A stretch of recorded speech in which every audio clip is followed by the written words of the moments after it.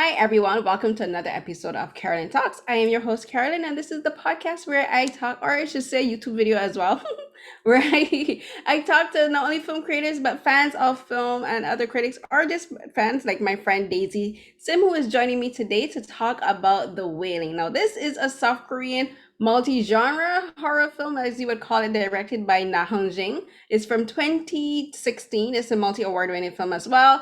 And we decided to discuss this because I watched it recently and I made some observations about it, and it wasn't anything that I was expecting. Like Mhm. I've heard about this film like since it was became super popular, and everyone said it's like super scary and everything. And it is scary, it's creepy. And I watched it in a day, so that might have been why it wasn't as scared as I was expecting.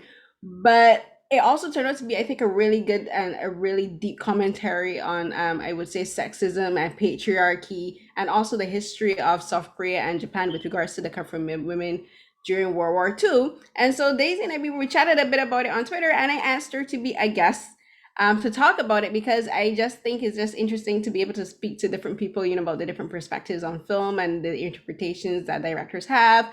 And so before we get into the film itself, I'm going to ask Daisy just to say a little bit about herself, and then we'll get into it. Daisy? Oh, hi, I'm Daisy, Daisy Sim, she, her pronouns. I work for the government or the state government. And yeah, I'm just super excited to be here. Really want to dive in this movie discussion. Yeah. Yes. So my first question for you, Daisy, is when was the first time you saw The Wailing?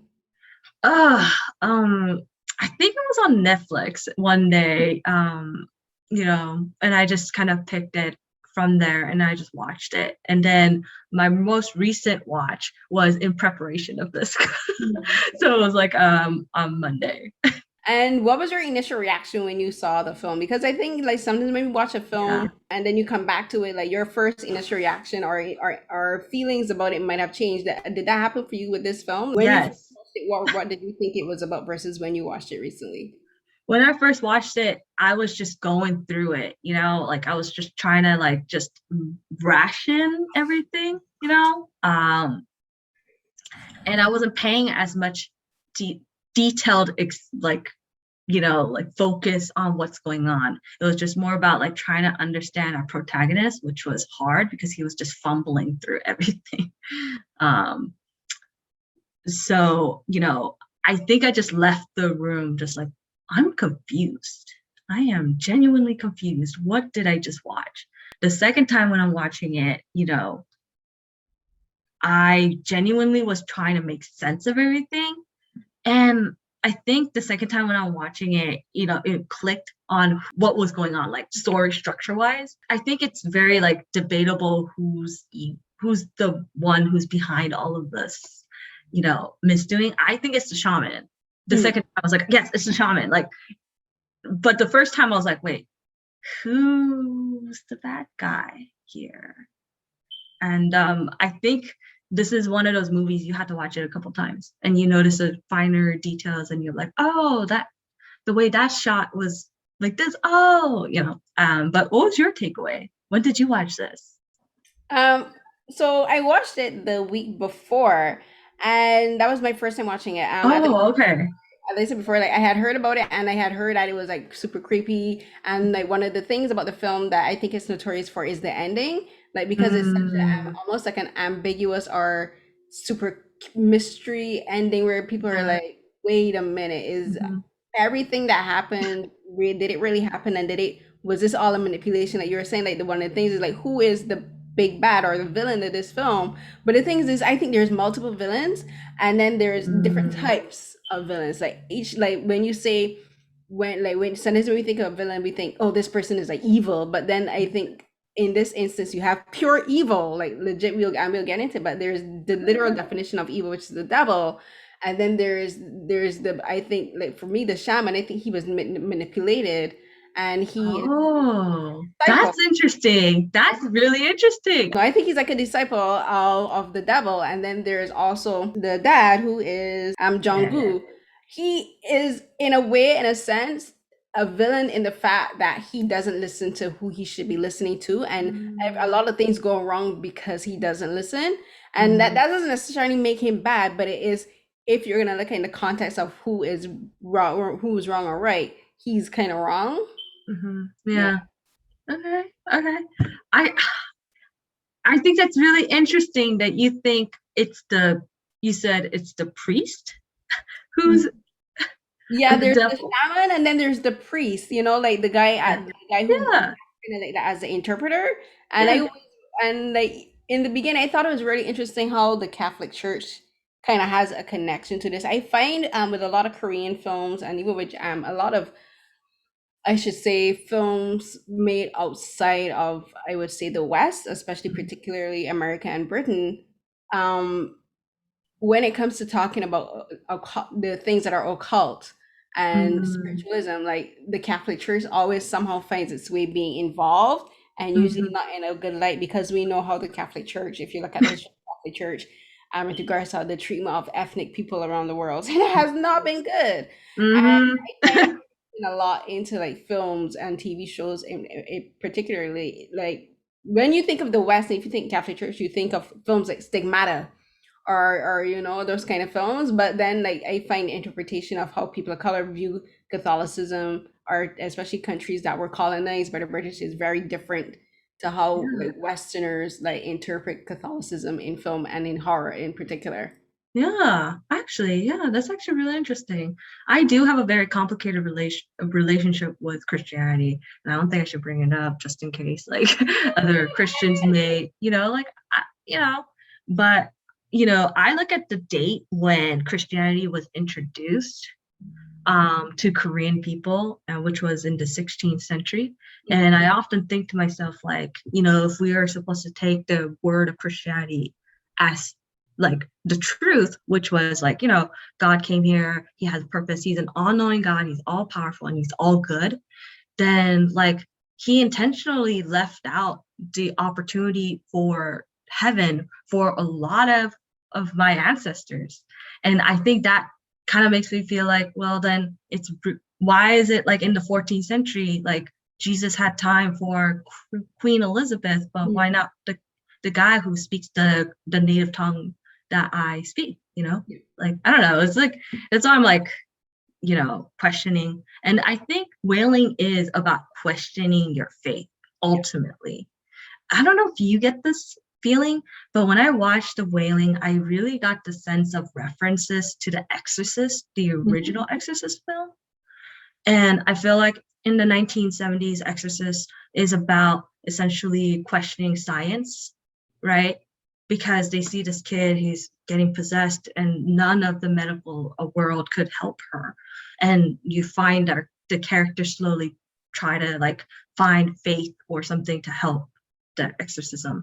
And in the same way, our protagonist here is going through a series of events. And even in the end, he gets tested with the crow, which is definitely a Christian reference. And I'm not that good with the Bible, so like I can't cite specific scripture, but there gotta be a reason why they included that scripture in the beginning of the film, right? Like, Yeah, you know what? I didn't even make a note of what scripture it is, but I do relate a lot to what you're saying, because I'm from, like, this is something bring Paul thing, but whatever. I'm like from Barbados, and like Barbados is a very religious culture. The Caribbean as a whole is very religious, especially Christian. So Christianity is the predominant religion, belief system in the Caribbean, and that is, of course, in no thanks in parts to slavery, because with slavery, you had the slave masters were like, "Oh, we're gonna enslave you, we're gonna treat you brutally, but you still have to worship our God. You still have to read our Bible. No, mhm, you have to follow the edicts of the Bible that we are reading to you and that we interpret to you."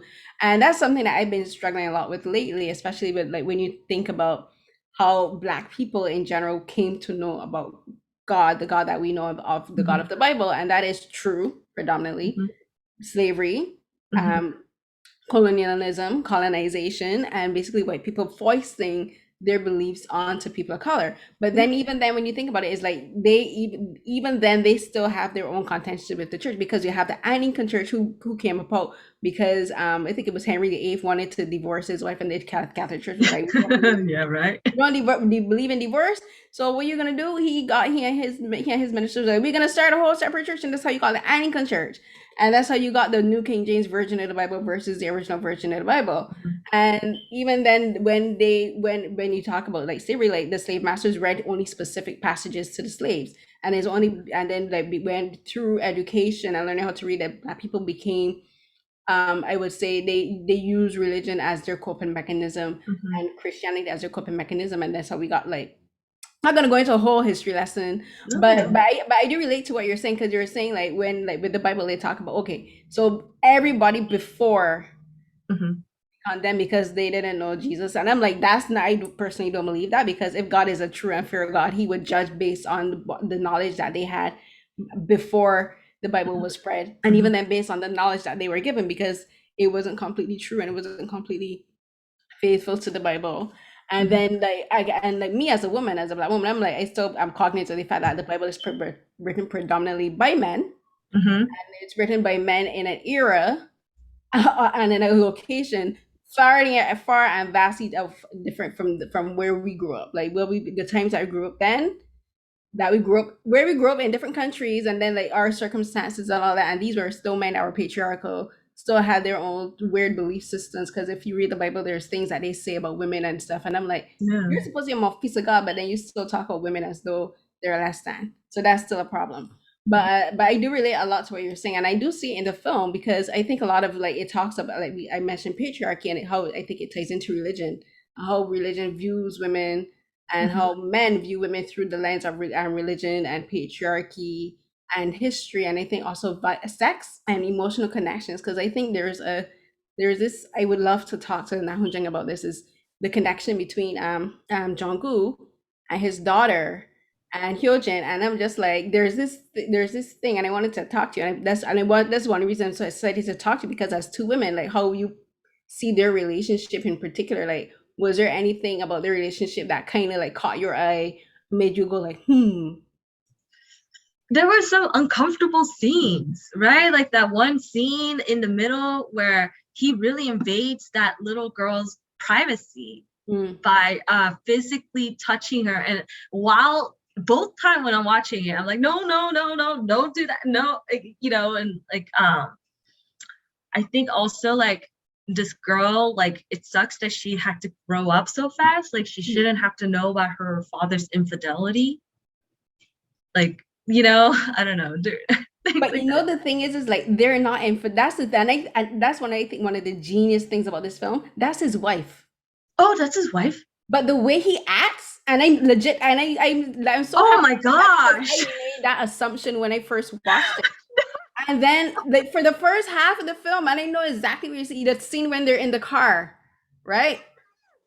He I'm acts like, as though he's caught cheating, like he's been caught cheating, right? That's what you thought. I thought That's his that. wife.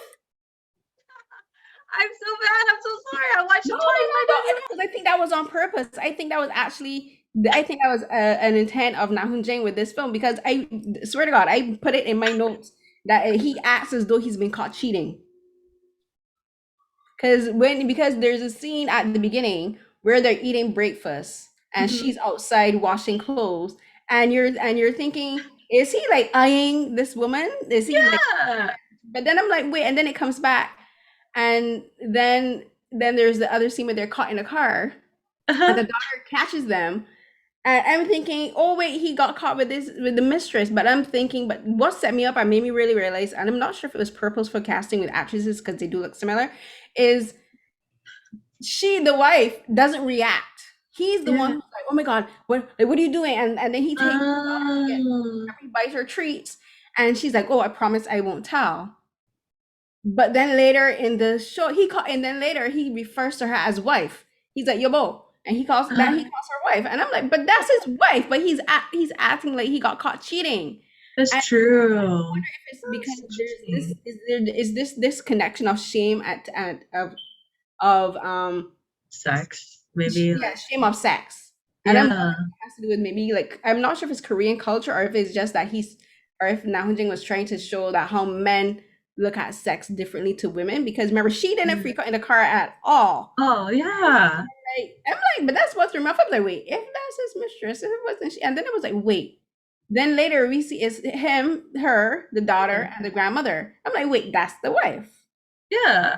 you're just you're showing me a perspective of this movie that I just did not, that blew over me because I felt so uncomfortable seeing the sex scene that I just didn't pay attention to, like the faces. Maybe I should have, but I was just kind of like, okay, let's get this scene over with.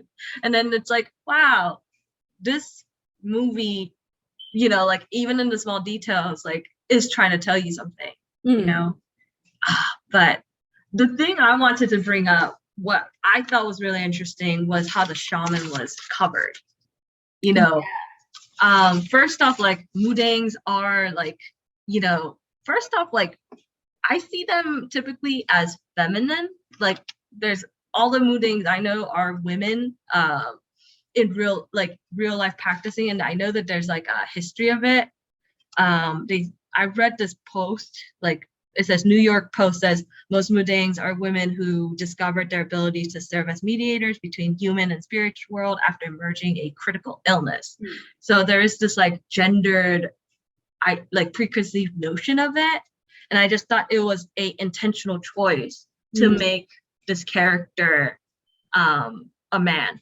Yeah. And then when I thought about your analysis, I was like, yeah, it makes more sense to show that starkness of characters. Mhm. I also feel like there is an internal sexism that our protagonist has that made him fail the test. Yeah. A lot of people may think that it's because she's a ghost and she doesn't have like demonstrative like flesh and body, like in a way that the shaman presents himself, like that he's not like, he's human, so he's not that bad, he can't hurt me the way like a ghost, very scary. We have this preconceived notion of scary ghosts. So I also feel like maybe there's a preconceived notion of gender and who you naturally believe, and if you naturally authoritatively believe in guys because that's what our society has internalized, not like all societies, to be honest. Rarely is there a society that's not patriarchal, but I'm just saying that like I think that's also kind of played a role in why he failed the 3 Pros roast test. I also want to note that like why I thought first instinct that like the shaman's the main culprit, the main villain, the main Mhm. person, is that he's the only person who brings up money. Well, but yeah, but the thing is like, well, going from your first point, I did think the same thing about the shaman too, because in like okay, so like one like I mentioned, like I grew up in Barbados and like it's very Christian centered. So one of the things about that is like when it comes to occult things, we Mhm. don't play. Like I've seen Oh. the power of the occult. Like we legit I don't we don't practice, but we also have a healthy respect of the occult and spiritualism and things Mhm. of that realm. And like you mentioned before, The Exorcist. Now I've never seen The Exorcist, and part of the reason is for that is because I have had experiences where I watched a film or show Oh. or read a book, and I've had like what we would call like dark experiences, and I would be like, hee, we don't play. And I haven't watched The Exorcist for that because I read, about the experiences that the cast and the crew had while making that film and Oh. after. So I'm like, Mm. I'm not playing. But Mhm. when it comes to watching even films like this that does have like an occult a theme, like I'm also very hesitant and very aware. So there are some things that I will never watch because they have very strong occult themes, and I'm like, I believe that these things can be Oh. like telegraphed through film and stuff. It may seem weird to others, but I'm like, no, I've had experiences, and I know people Yes. had experiences too. But so like even with a film like this, I would generally watch it during the daytime. Yeah. Yeah, me too. Because But I'm but a scaredy cat. because like no joke, when I was because for during my rewatch, I was watching it outside in the living room, and my sister she walked past and she saw it was the scene where the goat was hanging Mhm. from the from the doorpost, Mhm. and she's like, "What are you watching? Like, it's getting ready for the Sabbath." Like, you like my mom, she saw just my mom and like, you better stop watching that before the sunset. Mhm. But that's how it is. But for this, like when it comes to like spiritualism, like I know a little bit about shamanism in South Korea, because like shamanism in South Korea I think is different. It's like different in other Southeast Asian countries. It's not exactly the same. But yeah, I've always seen when I watch either a film or documentary or even like a drama or whatever, even if it's fiction, shamans are always women. Yeah. And he was this is the first time this film was the first time I've seen a male shaman. Yeah. And I thought that was interesting. And then when I was thinking when I first watched it, I was thinking it kind of makes sense because I as I said, I think one of the foundational themes for the film is about patriarchy and the dynamics between men and women, and like you mentioned gender norms and like the gender roles that the characters have, because I think that plays a purpose part, because like the scene that you're talking about where she at the ghost at the end, who's Moon Young, she's like she tells Jungkook, do not listen to him. He is going to destroy your Mhm. daughter. He's going to destroy your family. She's like, that's the devil you're listening to. You need to check yourself and you need to listen to me. She's like, it was kind of like with Jesus and John, is it John where he's like the caught, Peter? is it Peter? No, it's Doubting Thomas. Paul? Paul, who was it that caught crows 3 times? I don't know why I'm feeling Peter, but One of them. One of one of these. them. One of the we got one out of 12. But one of the 12. But they're like, the cock crows 3 times, you'll deny me. To me, it kind of felt the same way where she was like, and like she was telling him 3 times, she's like, it was, I think it was a cock. She's like, when the cock crows 3 times, if you go before then, Mhm. everything that I'm working towards, everything that I'm doing to help you and your daughter will fail. Mhm. And it was like the same thing. He was like doubting Thomas, and he was like, he doesn't listen to her. And the main reason was because she was a woman. Yeah. I did feel that deep down. Like she and also like I don't know, like since you brought up like this like historical element of our past of like the comfort women and the sex trafficking, Mm. like I didn't want to explain like why I felt like that made sense to Yeah. me. Because we obviously see an explicit, not an explicit, but an implied rape scene. And also like this woman was worn wearing white, Yeah. so like there's just a lot like there that kind of visually alluded to it, so it's like as if it's like haunting us, like Mm. she is kind of like more than just, yeah, like she's kind of like this past, this historic trauma that women faced, and it's like seeing him not believing that trauma. I don't know why I got that vibe. No, I you know know the same thing because that's how we even started talking about it. Because when I made my tweet, that was the first, and it was within that. It was legit the first scene where she turns, or Myeon turns, and she has on a white dress, and she's throwing the stones, and she has the white dress with a green army jacket, and that's what made me think. Wait, okay, white. When we think white, we think virginity, you think pure, or someone who is innocent. Mhm. But then she's wearing the army jacket, and I'm thinking, wait, a white woman in a white dress, ghost, possibly. I'm like, this is a horror film, for goodness sake. So she's probably a ghost.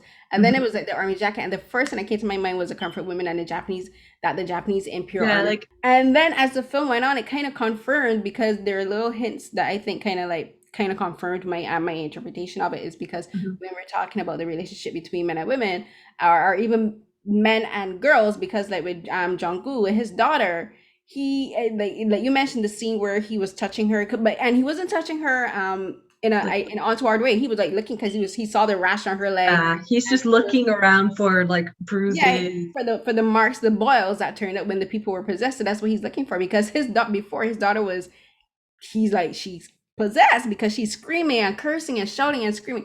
But you do, as women, we do get this sense of unease, and I would love to know if when men watch this, if they feel the same unease that we as women get, because unfortunately, when it comes to, even if it's a father with a daughter, we have this, and I think that's one of the things about society where we can't see like certain scenes between a father and a daughter without getting uneasy, because we're Uncomfortable. thinking, and even though we know that he loves his daughter, we know that there's no sexual connotations to this whatsoever, but then when you take in the entire context of the film, you're just like, ooh, unease and Yeah. uncomfortable. And then it's just like, because my whole thought was like, why is your wife not there? Why did you not bring your wife to check with her? Because the scene before, he's questioning her, because this is when they found her shoe at the stranger. So this is where we're really gonna get into it. The stranger's house, who's Mhm. a Japanese man. He doesn't have a Yeah. name. They just call Yeah. him they just call him the Japanese man, but in the cast listing, he's called the stranger. And he found her shoe there, and he's questioning her. He's like, "What? How? Where do you know this man? How do you know this man?" And he tells his wife to leave the room. And Mhm. he's doing it because he's like a police officer questioning Yeah. a criminal or a suspect, right, or a witness. And I'm Mhm. like, but no, your father, this is your daughter, that's your wife. She should be allowed to be there. She should be there, considering the Yeah. fact what you suspect is happening, because he's thinking maybe sexual abuse. I'm like, then you shouldn't be doing this with yours by yourself. You should be here. Yeah. Like for me, like what felt so uneasy was like, even if you have a good reason, like this man has a legitimate reason, a suspicion, it's linked, like we see what he's seeing, so we relate to what he's seeing, and we have our suspicions. But even if he has that, I think the reason why it made me feel so uncomfortable is that you still have a boundary that you Mhm. need to respect with her. And Yep. the fact that he didn't kind of shows you that like he had this preconceived notion of like what like of hierarchy, right? Because if you don't respect those boundaries from other people, then you don't really see them as worthy of having those boundaries or respected. I don't know, it's like, so I've always, when I saw that scene, it's more that uncomfortable reality of how he perceives like women and the women around him, you All know. right. We are on the same wavelength, because legit, I know say the same thing. Because for me, I think this film has like Jungkook is the main protagonist. He's the main character. But I think what Na Hong-jin was trying to do with this film is to show how men in society, not necessarily only South Korean society, but men in patriarchal societies view the women around them, like mainly in like where autonomy is not Mhm, recognized, mhm, or respected, and like he sees them as a way only for he only recognizes their presence when they're doing something for him. And like a scene that really stuck out to me too was when he's in the precinct, and this is after they come back from the stranger's house in the bush for the first time, and he's like mhm, covered in dirt and he's dirty, mhm, and Hyunjin is the one who brings his change of clothes to him. And I'm like, typically, wouldn't it be your wife or even your mom who would mhm, bring you your change of clothes? And I'm like, why is your daughter talking about bringing you fresh underwear? mhm. Right. And I think that was something, I think it's a very subtle thing where it shows how there is these blurred lines between how Jungkook relates to the women to the females. I shouldn't say women because she's a child, to the female women, to the Mhm. females in his life. Yeah, yeah, that's really interesting. Yeah. Yeah, you're like changing the way I'm looking at girlhood versus like how he blurs the line versus girlhood and womanhood. Um, but yeah, I guess like I think also like what I really liked about Wailing was the religious messages.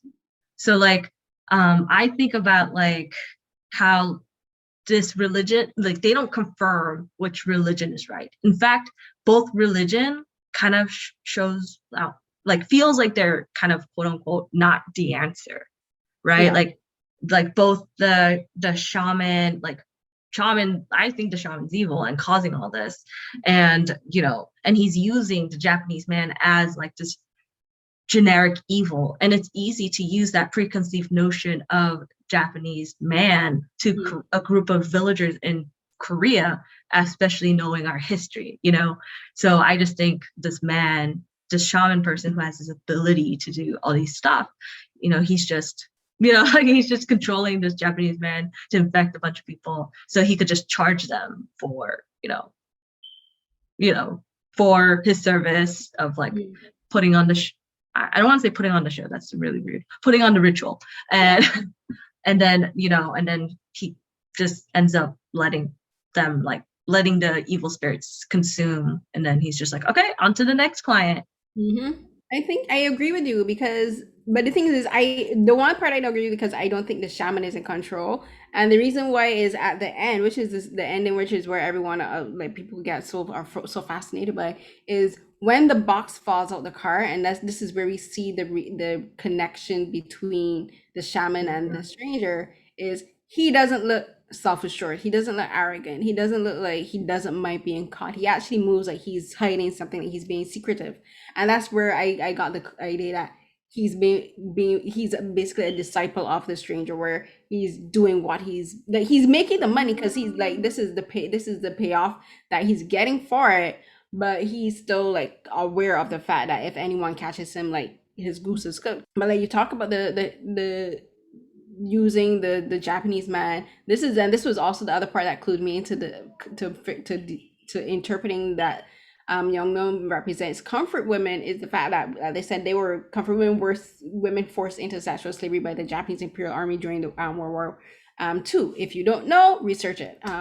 So from 1939 past, because I was doing some research, like past the end of World War II, that would have been in 1945. Even past then, like women were still being kept in these what they call comfort stations, and like when you have this stranger, this representation of evil as a Japanese man, um, when and as you said, when you know the history of South Korea and Japan, like you like there like he clearly is representative of evil. Like they mistrust him. Like the village people have like basically ghost stories about him where they're saying that he rapes Mhm. women, and like there was a scene where he does rape a woman, and he does it in broad daylight because like if you look at scene like there like it's by a Yeah. river, and he assaults this woman in daylight, and there's people, and we're getting the sense that no one came to help this woman, because Yeah. the next time we see her is like people are talking about her. She's become She's kind of gone crazy. Yeah. yeah, she went crazy, which is kind of like what happened with a lot of the women who were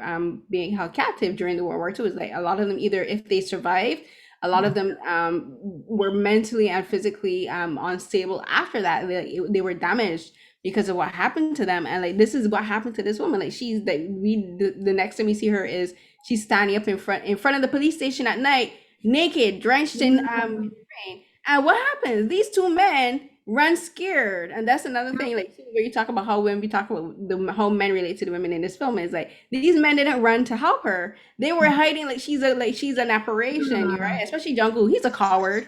Yeah, he really is. He a coward.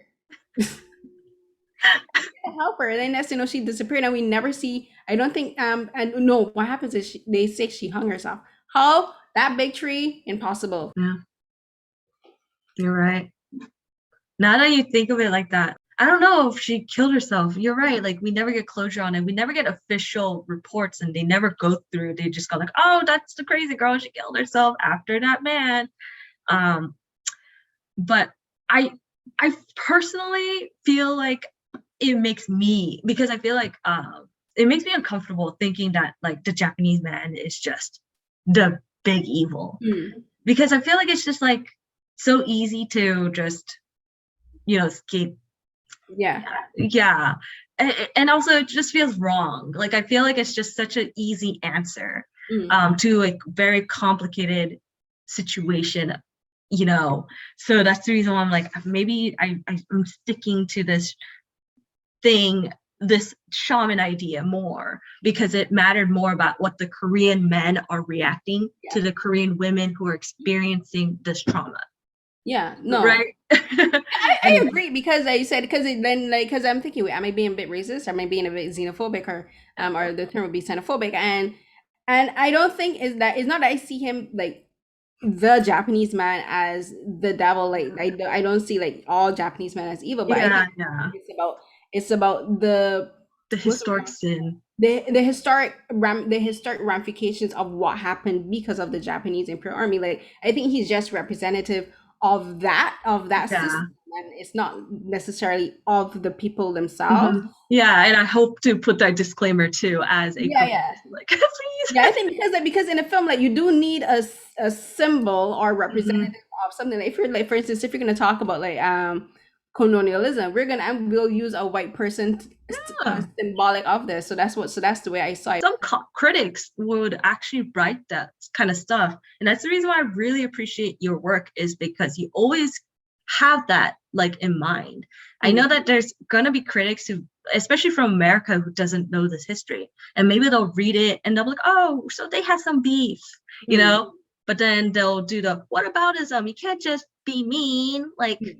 two wrongs doesn't make a right, or something Yeah, like that. And it's just kind of like it's a little bit more complicated than that. And that's the reason why I don't want to see him as like this definitive evil, but I do acknowledge that he is a symbolic representation of a historical sin that has taken place. And and I think it was more important for me to emphasize the shaman because it was more about how the men around these women react. And it's the Korean men the protagonist, the father who, ultimately failed the Yeah, daughter, and. yeah, and I think that's it because that's like when at the beginning I said like there's technically three villains in this whole story. Like the shaman is one, and like religion, and how men use religion For to money.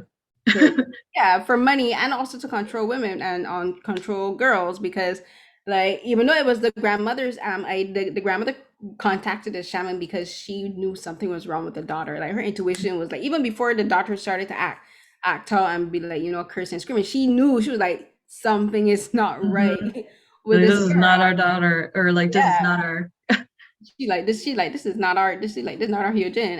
And then the thing is like, again, that versus Ray Jungle, he doesn't listen to women's intuition. Because Mhm. the grandmother at first, he was like telling her like, but he was like, okay, do it, but he didn't really understand what she was saying. And then it was only after his daughter legit cussed him clean out, then Mhm. he really started, oh my god, my innocent daughter, something must be wrong. Mhm. I'm like, clearly your grandmother, your mother was telling you something was wrong from the beginning, but you weren't listening. And Yeah. you needed like, your daughter had to cuss you out. And like, he didn't mind the daughter being rude to Mhm. like, or Molly rude to the grandmother, but it's only when her behavior escalated that he started to pay attention. And I saw that as another way where they're talking about how men are only interested in girls, or even in their children in general, until they themselves are directly impacted by the Yeah.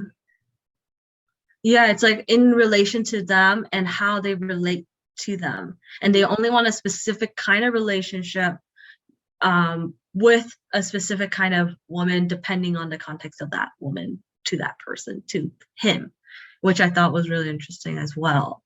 But yeah, like, I don't know, I'm just thinking a lot about the things that you've said. I'm just like, wow, yeah.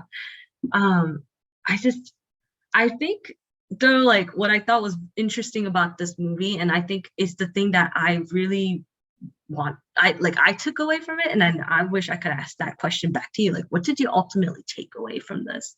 Like, what's the message that you got? But for me, it was about how use religion when it's practical to you.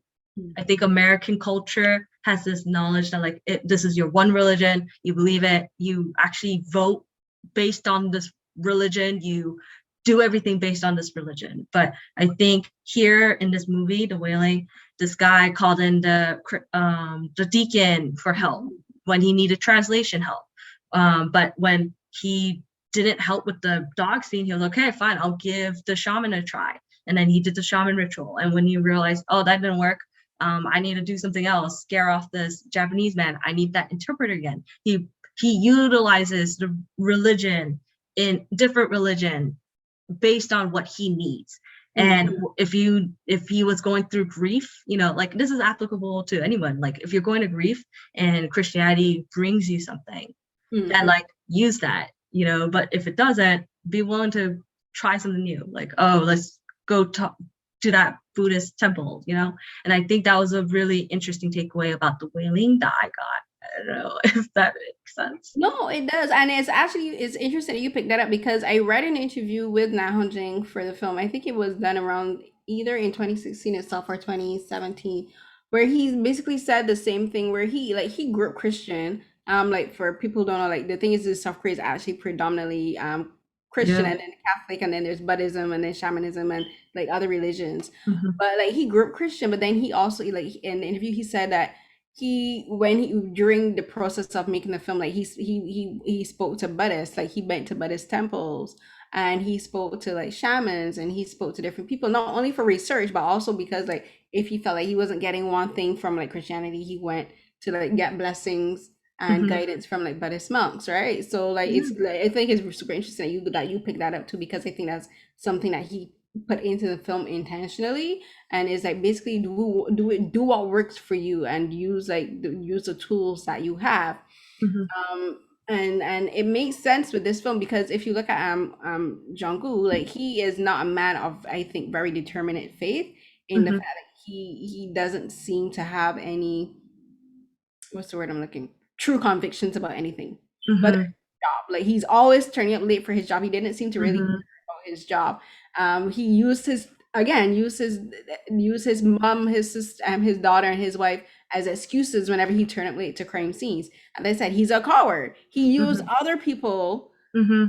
to do the jobs that he was supposed to do. His superior said, "You handle these witnesses." What did he do? He went and go get a subordinate to handle the witness, the crazy witness for him.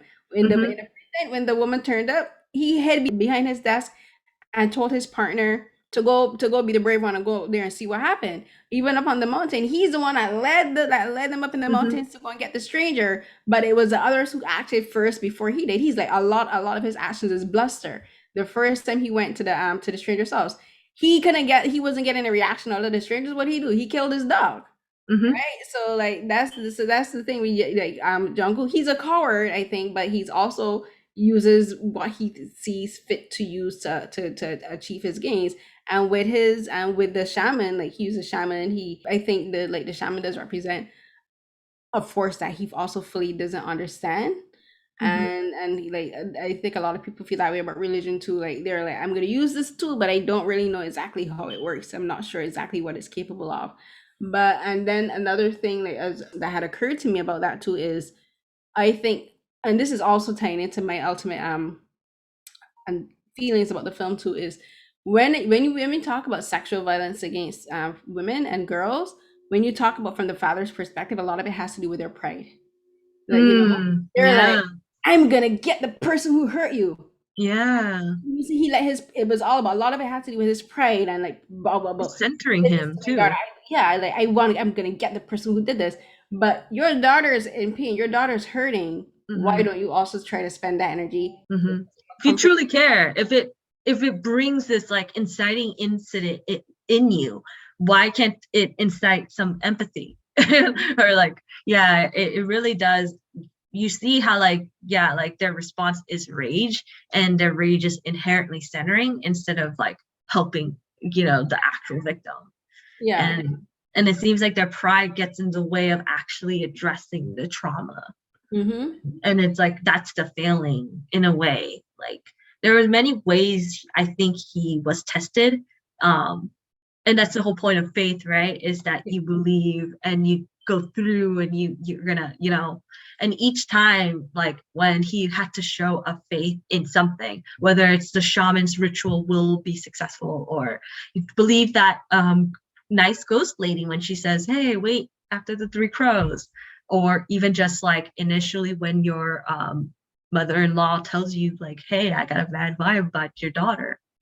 Each time I feel like he just didn't take faith. And I think ultimately that was his sin. Like, Yeah. granted, he did a lot of sin. He killed a dog. He tried to kill a Japanese person, and like there's a lot of sins. But I think that's the linker, the Yeah, link. no, it's true because if you look at the end, like the thing I think a lot of people the ending I think a lot of people focus on is the shaman. Like when he drops, you're like, Yeah. oh my gosh, so the shaman does work for the stranger who, as we saw, legit turns into the devil. Literally Mm-hmm. turns into the devil. I think that was kind of like a red herring for the actual real ending of the film, which is the last scene Mm-hmm. with Jong-gu and Hyojin. Like he's remembering a time, I think they were on a carousel, Mm-hmm. he's thinking all these happy moments, and I'm thinking, for me, I saw that as him realizing that his daughter's innocence is gone. Like his daughter's he Um, can't ever go back to the time when he and his daughter were happy and like that kind of moment, because like his life is destroyed now because like they died, right? Because she killed yeah, the mom the whole family just and right, and I saw that as like that to me is the real sin where he let his own will, his own anger, his own pride, like you said, get in the way. But the real sin is that he lost his family because of that. Like he can't mm, ever go back. Like, and a yeah. lot of it could have been avoided and averted if he had listened to that woman. If all he had to do was wait, and he didn't. And Mm-hmm. like and like his impatience and also his arrogance and his we said a lot, but I think that's a lot of what the film is about ultimately is male pride, patriarchy, arrogance. And Mm-hmm. that was I had put it in my notes. I'm like his hubris is like is his main sin. So many things could have been avoided if he hadn't been arrogant. Like for instance, when the friend Myeon first turns up, how did she turn up? She turned up when he was with his partner Mhm. who like he remember she was throwing rocks at him, like she was literally Mhm. throwing stones. And if you Yeah, getting attention. biblically, and then biblically, you know, in Bible, you know, we say, don't if you those in glass houses shouldn't throw stones. But then also, if you look at there's other instances in the Bible where people throw stones at people to get their attention, and also as condemnation. Like you know, Oh. remember when you stone people, like you stone people. Oh. You know, I was talking about this earlier with someone, and we were like talking about like what was the significance of that scene? Like she was doing that for a while. Like, Yeah. why is that? Is it and you're just saying like it's a long condemnation? Condemnation. She was legit throwing stones at him. She was stoning them. She's like, I'm judging you. You're like the clue, the answer is right here in front of you. You're not seeing it. And like she was like saying, you as men, like y'all not listening, so I'm gonna throw stones at you. This is me heaping condemnation upon you for not listening to anything that you any of the warnings that you've been receiving. Yeah. And I can't help but to feel like it's real. I bring the exorcist up because I'm like, not only did this scene have an exorcism, but it was like clearly a twist, a Korean traditional twist. But I think it's also a twist on instead of like losing faith in science, but this is like losing faith in religion in a Mm. way. And I thought that was like a nice, like, I don't know why they feel like inspired by each other. No, they are And because that's why I would like to ask the director. I'm like, hey, I know I would that love would him. was that planned? Was that am I just reading things? Did you watch this movie? Did this like just confirm this.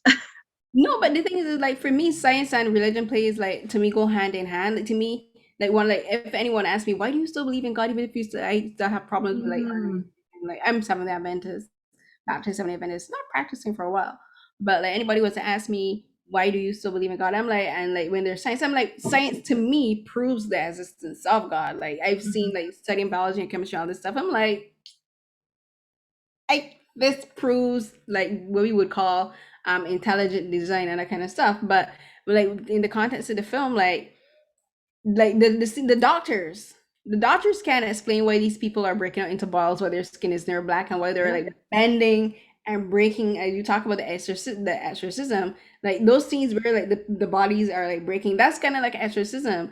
And it legit just occurred to me.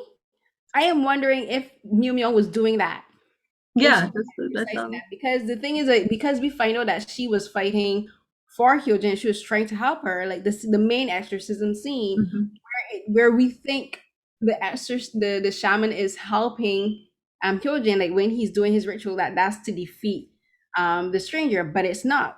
I think that was actually making the stranger stronger. Yeah. It was Mew Myung who we see is extremely strong because the shaman passed in front of her and started puking his guts out just from in Yeah. presence. I think that was her fighting for Hyojin. She was legit. It was a battle, like we would call Mhm. it. My mom would say a battle of principalities. Getting biblical there for a minute, but I think that was it. And no, and as we were talking, it occurred to me like the other two scenes where we saw the bodies breaking. I'm wondering Mhm. if that was her, like Mm. trying to get the trying to exercise them, because remember the second time we saw it happen was when the man was Ah. attacking them on the mountaintop, and Yeah. they're trying to kill this man, and like this was a body that was brought back, like Yeah, it's a resurrection. and then as soon as he was about to kill Jungkook, like he started to like his body started to break too, and I'm like, wait a minute, I wonder if that was Myung Myung too. Mhm. Hmm. Something I heard or read online, which I thought was interesting, was that there was two shaman ritual a process that was going on, Hmm. and like it was intentionally led to make you confused. Yes. You were supposed to think that like one is responding to the other when one is responding to like the shaman is doing something to the Japanese man while Hmm. the Japanese man is doing something completely different. Yeah. And one of the theory was he's doing a transference. So the Japanese man who had the evil spirit is now transferring it to the corpse in the car. I thought so too, and I think it was really interesting how Na Hong-jin filmed it and sequenced it, because that's what I was thinking too. But then on my second rewatch, I figured that he actually reanimated the cars before. Because Oh, remember it was daytime. Remember it was daytime when yeah. they met the corpse on the mountain, and it was after which was the day after the ritual was stopped. But I think the dual rituals we were seeing is the shaman, like I think it was transference, but I think it was actually him connecting Kyojin's soul to the stranger. Ah, And the stranger was, because it was dark and light. If you know, yeah, the shaman had the white gold, he's wearing his white and whatever, and the shaman and the strangers has like the black chickens, and we're thinking, oh, it's like good and evil, black and white fighting against yeah, each other. yeah. But I'm like, no, I because I'm thinking what we were seeing was actually Myeong Myeong fighting both of them at the same time.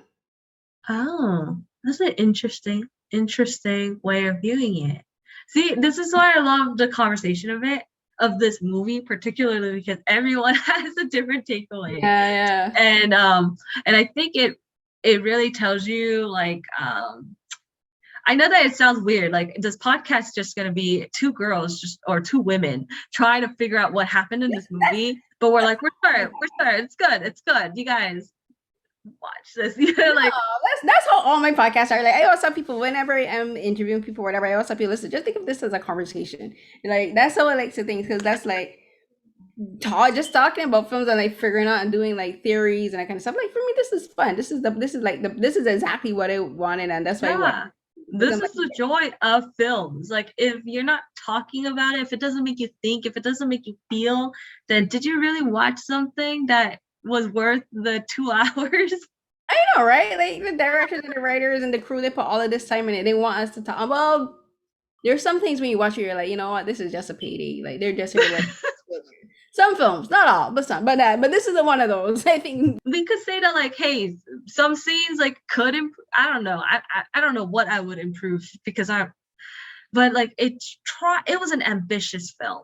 And I think that's what I would say. It was an ambitious film that really got the dreadful feeling of the unknown, but also touched on a lot of different things, both on feminism or like the female critique that we talked about before, the religious elements that like could be another episode just on your podcast. Like that religion element is huge. And then, we have this whole like historical, like analysis as well. And it's just they're doing so much in this movie. And that's the reason why I think when you hear other people's takeaway about it, you're just like, oh, that's interesting. Oh, but I didn't see it.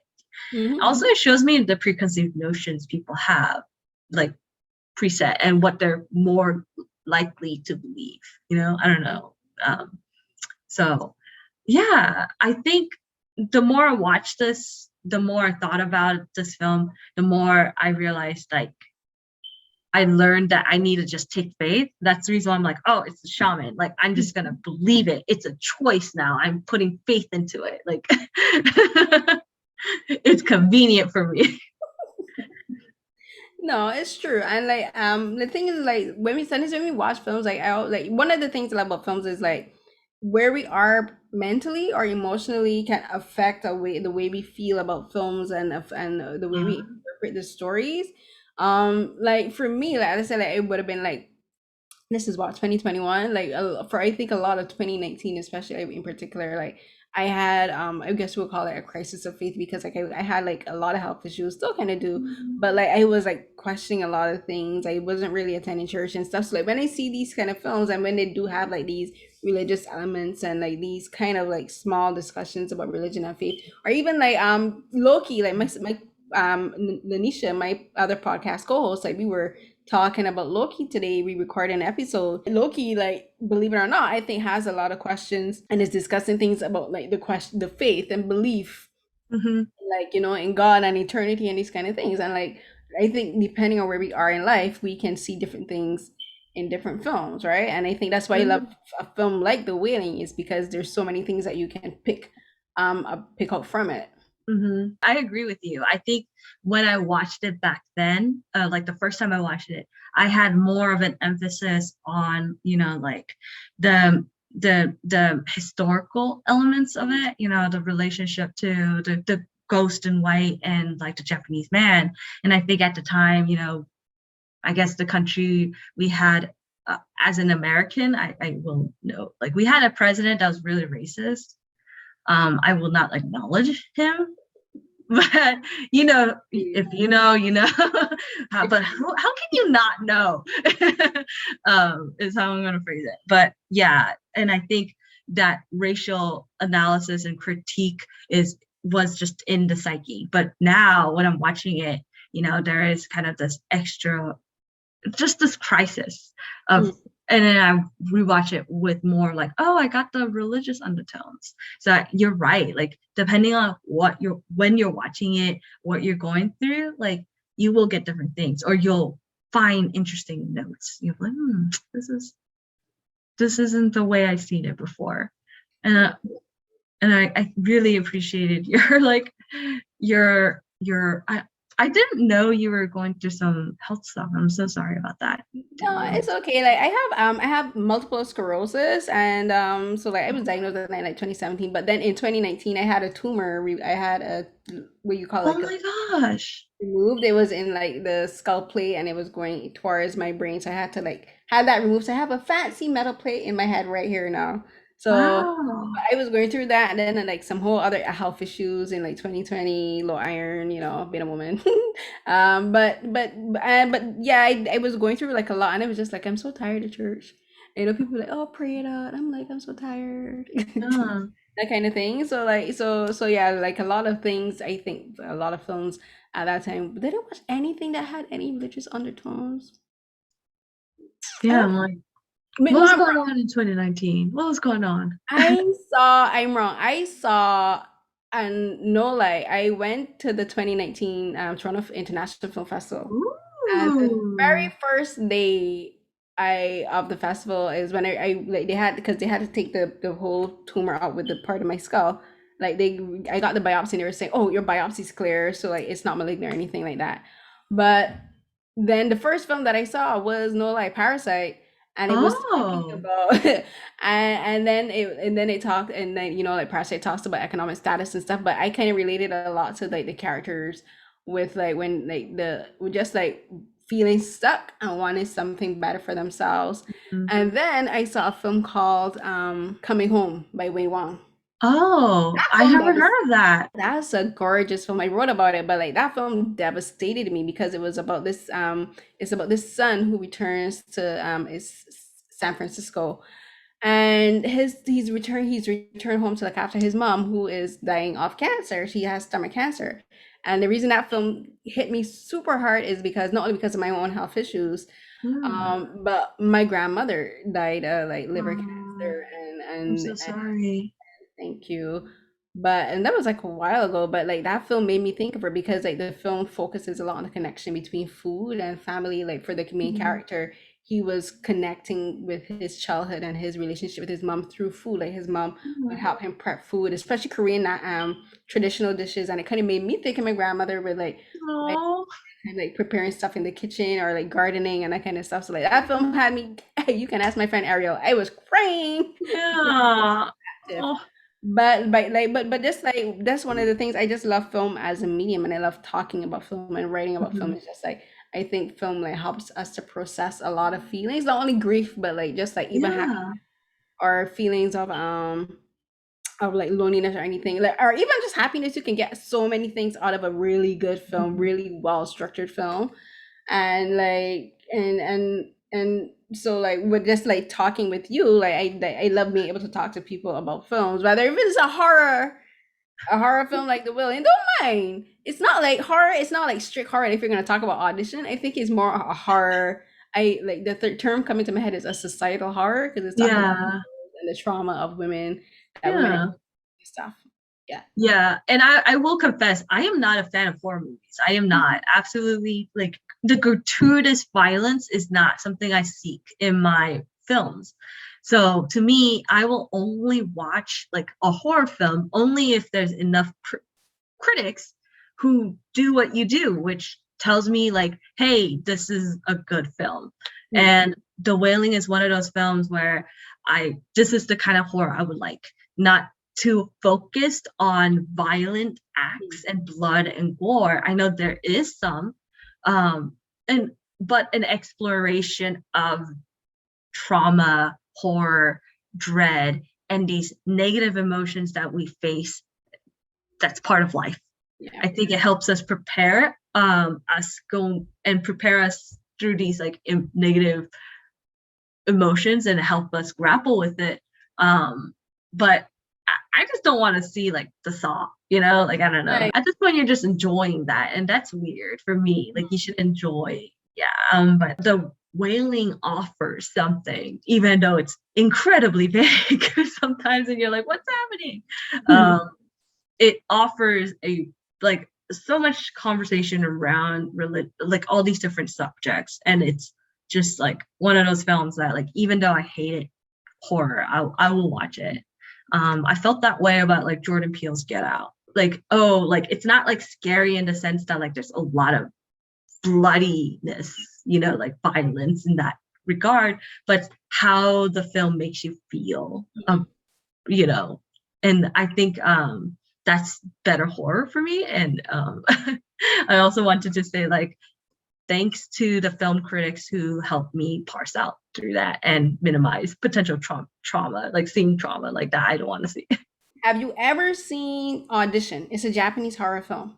No, I did not, but I would love to hear your I think you might like that because it has horror and it has a bit of body horror, but it's not to me gratuitous. Like the horror, the body horror that happens is for a purpose for the story. yeah. It tells I think important things, especially about the main female character.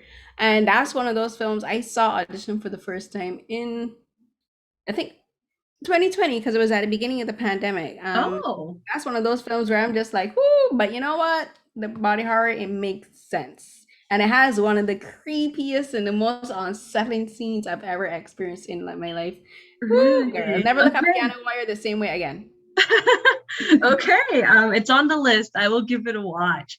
Thank you so much for the recommendation. That's really, yeah, nothing's better than a good film recommendation from film critic, you know? Yeah, that one is just like I want to write about it one day. I want to make a comparison between that and other there was another film that I was thinking of. I'm thinking maybe if I can even make a comparison between that and the Wailing, now that I'm thinking about it. Ooh, that'll be interesting. And maybe even Especially if the audition makes a lot of the same like feminine like critiques. I think it does. And the thing is oh, this is something else I really wanted to get into is like the thing is because Na Hong-jin is a male director. I find to me I wanted to ask your opinion. Like I find to me some of the best films that talk about femininity or like or trauma that women experience and like how women deal with that is I find to me direct some of the best directed are by men. Like Oh, Raise the Red Lantern by Zhang Yimou. There's this The Wailing. Then there is to me Lady Vengeance by Park Chan-wook. yes. And Audition is directed by a man, written and directed by a man. Let me look up his name. Sorry, I'm also writing down all of the movies you wrote, and I'm just like, hey, yes, I will watch Raising of the Lamp and well, I already watched Lady Vengeance, but It's one of my favorite movies. Hands down, she's so badass. Ugh. It's written by Takashi Miike. How did I forget this? He's such a prolific director. This man is like he does like multiple films in one year. He did one called First Love that I also saw at TIFF. I think is also talks about female trauma, but I think in a very subtle way. But yeah, Takashi Miike. Yeah, I don't know if I forgot that, but yeah. yeah. Well, I think you should write this audition, like article. I think you should try to make the comparisons because that's gonna be an interesting take. Might. Just The might. world needs to hear more about what you have to say. Oh, thank you And so I much. hope to support, your work and what you do. So I would like it if you did it, but also like if you're like overwhelmed, you're just like, I'm tired. No, I might because it's something I've been thinking about. I like writing I call them film analysis where I like to like compare films and find like similarities between them. Like one I did was This is me plugging it. So I also did a comparison between Us and Parasite. That one is an Observer. I also did one. That is a good one. I remember that one, and I was like, yes, yes, yes. Yes, I read that. I read it. I reread it recently, and I'm like, you know what? I did a pretty goddamn good job with that. I'm proud of me. Yeah, that one. I remember reading that one. I was like, oh my gosh, how did I not see it? You know, and I really appreciate that. But I feel like the Wailing and the Exorcist, like there's something here. If that I might never watch Exorcist, but I'll see what I can do with Audition. Exorcist yeah, me, Exorcist. yeah. But no, and I'm not forcing it, but I feel Uh, like if you can make, like if you can make comparison from like different movies, I'm pretty sure there's something with the Audition that's resonating with you, like there's got to be a reason why you feel like these two movies like they connect. I was also thinking there was another one, His House. I don't know if you've ever seen that one. That one is also directed by a man, Remy Ruiz. That one's on Netflix. It's Oh, a thank goodness. British, I need but it that. Like talks about if it's on Netflix, please note it because I only have it's Netflix. still on Netflix. It came out because it premiered at Sundance last 2020 Sundance, and I watched it there. Scared the crap out of me. Woo! Oh. And like when I mean scared, I mean like it's very atmospheric. Like he uses sound, like his sound design Mm. is so well done, and the visual effects and like the way he uses sound and visuals, like it's so well done. But scared me is just like had me. I was in a cinema, a whole bunch of grown adults, and we were in the cinema screaming, ah! Oh Right? man. I just realized I haven't been in like a movie like theater since the pandemic. Like in 2020, I just realized that. Yeah, So my last film you good Birds of memories talking about just screaming in theaters. I'm like, oh, It was fun. My oh, last cinema experience was here in Toronto. The last film I saw in cinema was Birds of Prey, and before that was Invisible Man. yeah, I think the last thing I watched was Birds of Prey, and then I haven't seen anything since. I wanted to watch Fast and Furious. I don't know if that's Past night, yes. Thank you so much for talking with me, Daisy. This has been so much fun. I really appreciate you taking the time out to chat with me about the Wailing and like converse with me on Twitter because that's how we started talking about film. But this has been great. Is there a film that you would recommend? oh man, there's so many though. I recently watched like Wish Dragon. I like that one. It was like a Netflix like a cartoon. It's for kids, and it just I don't know.